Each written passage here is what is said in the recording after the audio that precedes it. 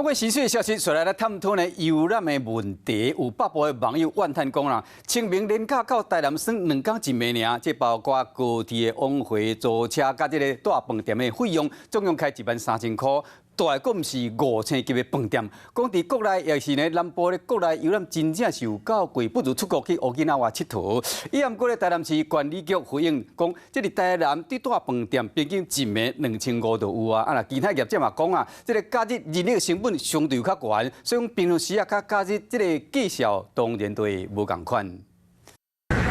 清明5天假期，台南市预备来450万人来遮佚佗。北部数一个网友伫咧 PTT po文海餐，伊伫咧海讲南部国民旅游有够贵的。伊佫讲家己清明连假游台南，为台北坐高铁来回2700，2天租汽机车3200块，3次间饭店大个5000块，餐费2000块，2天1暝拢总开13000，感觉拢会当飞乌克那哇。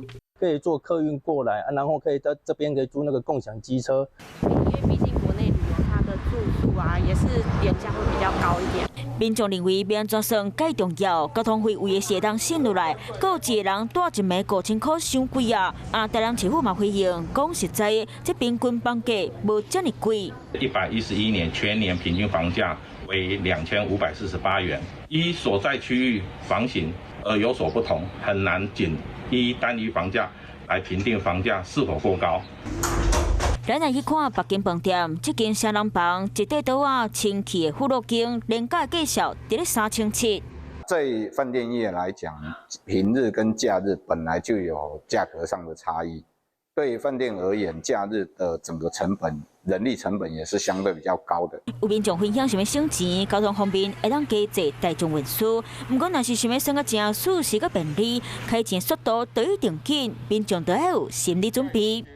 Hello， 大家好，我是乃瑜，要教给大家2个任务。第一个，华视新闻的脸书专页，你按赞了吗？